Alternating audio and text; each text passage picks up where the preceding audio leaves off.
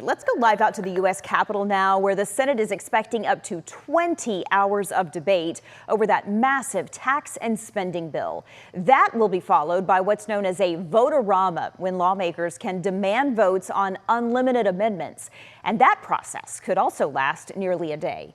ABC's Jay O'Brien has the latest on a crucial week on Capitol Hill.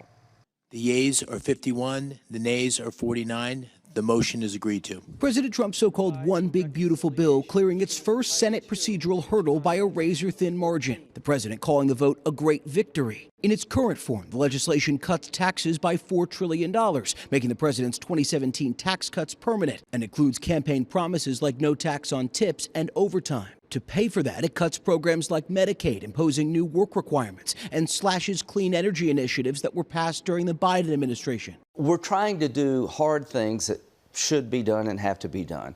We're $37 trillion in debt.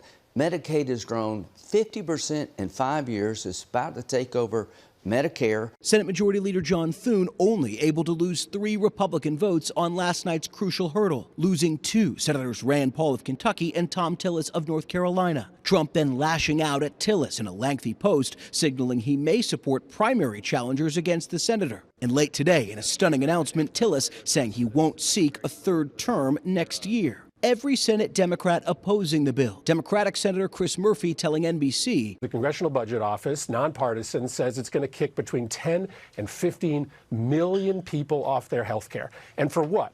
To be able to afford a new $270,000 tax cut for the richest families in the country. It's a moral abomination. Senate Minority Leader Chuck Schumer calling for a marathon reading of the bill on the Senate floor, delaying a final vote. Despite surviving this first procedural hurdle, it's unclear if there's enough GOP support for final passage of the bill. Even if it ultimately passes the Senate, it then goes back to the House, where Speaker Johnson faces his own razor-thin majority. As the Senate was getting underway Saturday, billionaire Elon Musk once again blasting the bill, saying slashing those green energy incentives would destroy millions of jobs, describing the legislation as, quote, utterly insane and destructive. Jay O'Brien, ABC News, Washington.